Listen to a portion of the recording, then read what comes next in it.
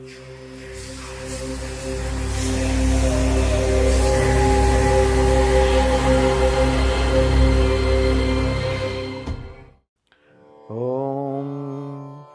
ಸಾಯಿ ಗುರುಭ್ಯೋ ನಮಃ.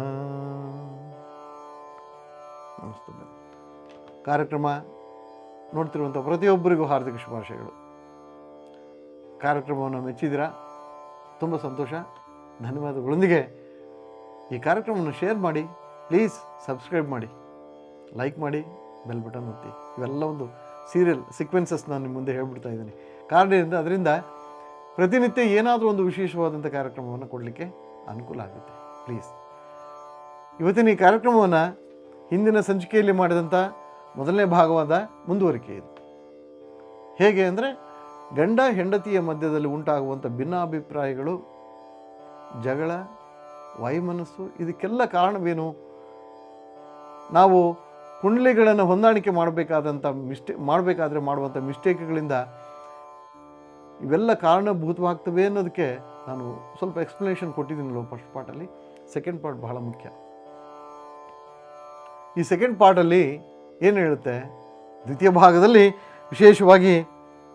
ಬಹಳ ವಿಶೇಷವಾಗಿ ವಿವಾಹಕ್ಕೆ ಸಂಬಂಧಪಟ್ಟಂಥ ವಿಚಾರವನ್ನು ನಾವು ಮಾತಾಡಬೇಕಾದ್ರೆ ನನ್ನ ಅನುಭವದ ಪ್ರಕಾರ 4ನೇ ಭಾವ ಸುಖಭಾವ, ಸಪ್ತಮ ಭಾವ ಅದು ಬಹಳ ಮುಖ್ಯ. ಫ್ರೆಂಡ್ಲಿನೆಸ್, ಸಾಂಗತ್ಯ, ಸಂಗಾತಿ ಹುಡುಕುವಂಥ ಸ್ಥಿತಿ. ಇನ್ನು 12ನೇ ಭಾವ ಬಹಳ ಮುಖ್ಯ, ಅದನ್ನು ನಾವು ಶಯನ ಭಾವ ಅಂತ ಹೇಳ್ತೀವಿ. ಇವು 3 ಇದ್ದರೆ ಮಾತ್ರನೇ ಕುಟುಂಬದಲ್ಲಿ ಸೌಖ್ಯ ಅನ್ನೋದು ಡೆಫಿನೆಟ್ಲಿ ತುಂಬಿರುತ್ತೆ. ಇವು ಭಾಳ ಮುಖ್ಯ ಅಲ್ವಾ ನಮಗೆ? ಸುಖ ಇರಬೇಕು, ಉತ್ತಮ ಸಂಗಾತಿ ಇರಬೇಕು, ಶಯನ ಸ್ಥಿತಿಯಲ್ಲಿ ಉತ್ತಮವಾದಂಥ ಬಾಂಧವ್ಯ ಏರ್ಪಡಬೇಕು. ಇದಿದ್ದರೆ ಮಾತ್ರ ಸಂಸಾರ ಬಹಳ ಮುಖ್ಯವಾಗಿ. ಹಾಗಿದ್ದಲ್ಲಿ ಈ ನಾನು ಹೇಳಿರುವಂತಹ ಈ 3 ಭಾವಗಳಲ್ಲಿ 4, 7, 12ನೇ ಭಾವಗಳಲ್ಲಿ ಯಾವುದಾದ್ರೂ ಒಂದು ಮಾರಕ ಗ್ರಹ ಕುಳಿತುಕೊಳ್ತು ಅಂದರೆ, 4ನೇ ಭಾವದಲ್ಲಿ ಕೂತ್ಕೊಂಡಿತ್ತು ಮಾರಕ ಗ್ರಹ ಅಂದರೆ ಉದಾಹರಣೆಗೆ ರಾಹು ಆಗಿರ್ಬೋದು, ಅಥವಾ ವಕ್ರಿ ಬುಧನಾಗಿರ್ಬೋದು, ವಕ್ರಿ ಶನಿ ಆಗಿರ್ಬೋದು, ಅಥವಾ ರವಿ ಕೂತ್ಕೊಂಡಿದ್ದ ಅಂತಂದರೆ ಸುಖ ಸಂತೋಷವೆಲ್ಲವೂ ಹಾಳಾಗೋಗುತ್ತೆ. ಇನ್ನು ಸಪ್ತಮ ಭಾವಕ್ಕೆ ಬಂದಾಗ ಅಲ್ಲಿ ಮಾರಕ, ವಕ್ರಿ ಅಥವಾ ಅಸ್ತ ಗ್ರಹ ಯಾವುದಾದ್ರೂ ಕೂತ್ಕೊಂಡಿತ್ತು ಅಂದರೆ, ಉದಾಹರಣೆಗೆ ಸಪ್ತಮ ಭಾವದಲ್ಲಿ ಕುಜ ಮತ್ತು ರಾಹು ಕುಳಿತುಕೊಂಡಿದ್ದಾನೆ ಅಂತ ತಿಳ್ಕೊಳ್ಳಿ. ಕುಟುಂಬ ಎಷ್ಟು ಸಂಕಷ್ಟಕ್ಕೀಡಾಗುತ್ತೆ ಗೊತ್ತಾ ನಿಮಗೆ? ಅದನ್ನು ಅನುಭವಿಸಿದವ್ರಿಗೇ ಗೊತ್ತಾಗುತ್ತೆ. 12ನೇ ಭಾವಕ್ಕೆ ಹೋಗಿದ್ದೀವಿ, ಅಲ್ಲಿ ಶುಕ್ರ ಉತ್ತಮ ಸ್ಥಿತಿಯಲ್ಲಿ ಇದ್ದರೆ ಬಹಳ ಉತ್ತಮ. ಇಲ್ಲೂ ಆದಲ್ಲಿ ವಕ್ರಿ ಶುಕ್ರನಾಗಿ ರಾಹು ದೃಷ್ಟಿಕೋನ ಅಲ್ಲೇನಾದರೂ ಬಿದ್ದಿತ್ತು ಅಂದರೆ ಎಷ್ಟು ಕಷ್ಟದ ಸ್ಥಿತಿ ಗೊತ್ತಾ? ದಾಂಪತ್ಯದ ಸುಖವನ್ನು ಅನುಭವಿಸದೆ ಇಡೀ ಕುಟುಂಬದಲ್ಲಿ ನರಳಾಡ್ತಾ ಕೊನೆಯವರೆಗೂ ಜೀವನವನ್ನು ಸಾಗಿಸಬೇಕಾದಂಥ ಸ್ಥಿತಿ ಬರುತ್ತೆ ರೀ. ಭಾಳ ಕಷ್ಟ ಇದೆಲ್ಲ, ಬಹಳ ಕಷ್ಟ. ಇವುಗಳಿಗೆ ಪರಿಹಾರಗಳು ಅಂದರೆ, ಆ ಗ್ರಹಗಳಿಗೆ ಪರಿಹಾರ ಮಾಡಿದರೆ ಅದೆಲ್ಲ ಪರಿಶುದ್ಧವಾಗುತ್ತಾ? ಅಲ್ಲಲ್ಲ. ಗ್ರಹಗಳ ಪರಿಹಾರದ ಜೊತೆಗೆ ಮನಃಶುದ್ಧಿ ಬಹಳ ಮುಖ್ಯ. ಅಲ್ಲಿ ಮಾನಸಿಕ ಸಿದ್ಧತೆಯನ್ನು ಮಾಡ್ಕೊಳ್ತೀವಲ್ಲ, ಅದು ಬಹಳ ಮುಖ್ಯ. ಇದಕ್ಕೆ ಸಂಬಂಧಪಟ್ಟಂಥ ಕೆಲವೊಂದು ಪರಿಹಾರಗಳಿದ್ದಾವೆ. ಅದನ್ನು 2ನೇ ಭಾಗದಲ್ಲಿ ಹೇಳ್ತಿದ್ದೀನಿ ಅಂತ ಹೇಳಿದ್ದೀನಿ, ಈಗ ಹೇಳ್ತಾ ಇದ್ದೀನಿ ನಾನು. ದಾಂಪತ್ಯ ವಿರಸಕ್ಕೆ ಅತ್ಯಮೂಲ್ಯವಾದಂತಹ ಸೂತ್ರ ಆ ಮಹಾತಾಯಿ ದುರ್ಗೆಗೆ ಸಂಬಂಧಪಟ್ಟಂಥ ಬೀಜ ಮಂತ್ರ. ಈ ಬೀಜ ಮಂತ್ರ ಹೇಗೆ ಹೇಳಬೇಕು, ಏನು ಮಾಡಬೇಕು ಅಂತ, ಮಹಾತಾಯಿಗೆ ಸಂಬಂಧಪಟ್ಟಂಥ, ಮಹಾದುರ್ಗೆಗೆ ಸಂಬಂಧಪಟ್ಟಂಥ ಬೀಜ ಮಂತ್ರ ಕ್ಲೀಂ. ಕ್ಲೀಂ, KLEEM, ಕ್ಲೀಂ. ಈ ಮಂತ್ರವನ್ನು ಪ್ರತಿನಿತ್ಯ 108 ಬಾರಿ ಹೇಳಿ,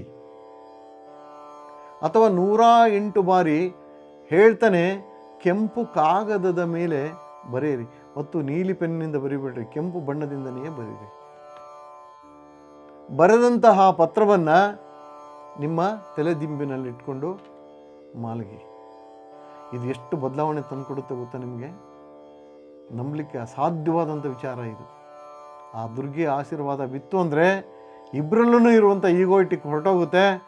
ಅವಳ ಆಶೀರ್ವಾದದಿಂದ ಸುಖ ಜೀವನವನ್ನು ಅನುಭವಿಸ್ತೀರ. ಇದು ಬಹಳ ಮುಖ್ಯವಾದಂಥ ಒಂದು ಪರಿಹಾರ. ಎರಡನೇ ಪರಿಹಾರ ಅತಿ ವಿಶೇಷವಾಗಿ ಸ್ತ್ರೀಗೆ ಸಂಬಂಧಪಟ್ಟಂಥ ವಿಚಾರ.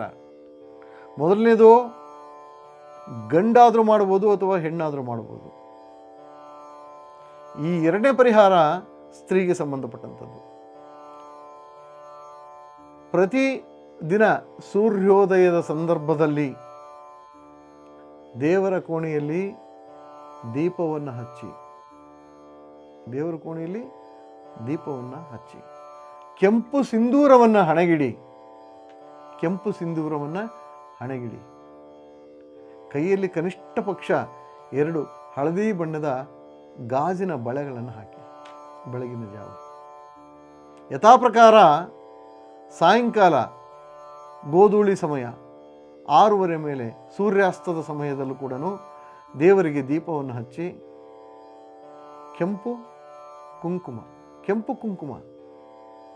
ಬಹಳ ವಿಶಿಷ್ಟ, ಕೆಂಪು ಕುಂಕುಮವನ್ನು ಹಚ್ಚಿ, ಕೈಯಲ್ಲಿ ಅರಿಶಿಣದ ಬಳೆ 2 ಇರಲಿ. ಇದು ಗಂಡನನ್ನು ಹೇಗೆ ಬದಲಾವಣೆ ಮಾಡುತ್ತೆ ಗೊತ್ತಾ? ಡೆಫಿನೆಟ್ಲಿ ನಿಮ್ಮನ್ನು ನೋಡಿದರೆ ಸಾಕು, will be attracted, will be ಆಕರ್ಷಿತನಾಗ್ತಾನೆ, ತನ್ನಲ್ಲಿರುವಂಥ ಕೋಪ ತಾಪಗಳನ್ನೆಲ್ಲವನ್ನು ದೂರ ಮಾಡ್ಕೊಳ್ತಾನೆ. ಇದು ಗಂಡ ಹೆಂಡತಿಯ ಮಧ್ಯದಲ್ಲಿ ಸಾಮರಸ್ಯವನ್ನು ಸೃಷ್ಟಿ ಮಾಡುವಂತಹ ಒಂದು ಉಪಾಯ. ಮೂರನೇದು, ಯಾವುದೇ ಕಾರಣಕ್ಕೂ ತಪ್ಪದೇನೆ ಪ್ರತಿ ಗುರುವಾರ ಅಶ್ವತ್ಥ ವೃಕ್ಷ ಪೂಜೆ ಮತ್ತು ಪರಿಕ್ರಮ ಅಂದರೆ ಅದನ್ನು ಸುತ್ತುವಂತಹ ಕ್ರಿಯೆಯನ್ನು ಪ್ರತಿ ಗುರುವಾರ ಮಾಡ್ತಾ ಬನ್ನಿ. ಎಲ್ಲಿವರೆಗೂ? ಇಬ್ಬರ ಮಧ್ಯದಲ್ಲಿ ಹೊಂದಾಣಿಕೆಯಾಗುವವರೆಗೂ. ಇದು ಎಷ್ಟು ಒಳ್ಳೆಯ ರೀತಿಯಲ್ಲಿ ನಿಮ್ಮ ಮುಖದಲ್ಲಿ ನಗುವನ್ನು ತರುತ್ತೋ, ಯಾವಾಗಲೂ ಹಸನ್ಮುಖಿಯಾಗಿರ್ತೀರ. ಈ ಕ್ರಿಯೆ ಮಾಡಿ, ದಯಮಾಡಿ ಮಾಡಿ ಪ್ಲೀಸ್. ಇನ್ನೊಂದು ಅತಿ ವಿಶೇಷವಾದಂಥ ಉಪಾಯ, ಇದನ್ನು ಪ್ರತಿಯೊಬ್ಬ ಸ್ತ್ರೀ ಮಾಡಲೇಬೇಕಾದಂಥ ವಿಶಿಷ್ಟ, ಸ್ತ್ರೀ ಮಾಡಬೇಕಾದಂಥ ವಿಚಾರ ಇದು. 11 ಗೋಮತಿ ಚಕ್ರ, ಉತ್ತಮವಾದಂಥ ಗೋಮತಿ ಚಕ್ರ 11. ಒಂದು ಏಕಾಕ್ಷಿ ನಾರಿಯಲ್, ಏಕಾಕ್ಷಿ ತೆಂಗಿನಕಾಯಿ ಅಥವಾ ಶ್ರೀಫಲ ಅಂತ ಹೇಳ್ತಾರೆ. ಅದರೊಂದಿಗೆ ಕೆಂಪು ಕುಂಕುಮ, ಇದೆಲ್ಲದನ್ನು ಸೇರಿಸಿ ಹಳದಿ ಬಟ್ಟೆಯಲ್ಲಿ ಕಟ್ಟಿಬಿಡಿ. ಕಟ್ಟಿ ಗಂಡನ ತಲೆದಿಂಬಿನ ಕೆಳಭಾಗದಲ್ಲಿ ಇದನ್ನು ಇಡ್ತಾ ಬನ್ನಿ.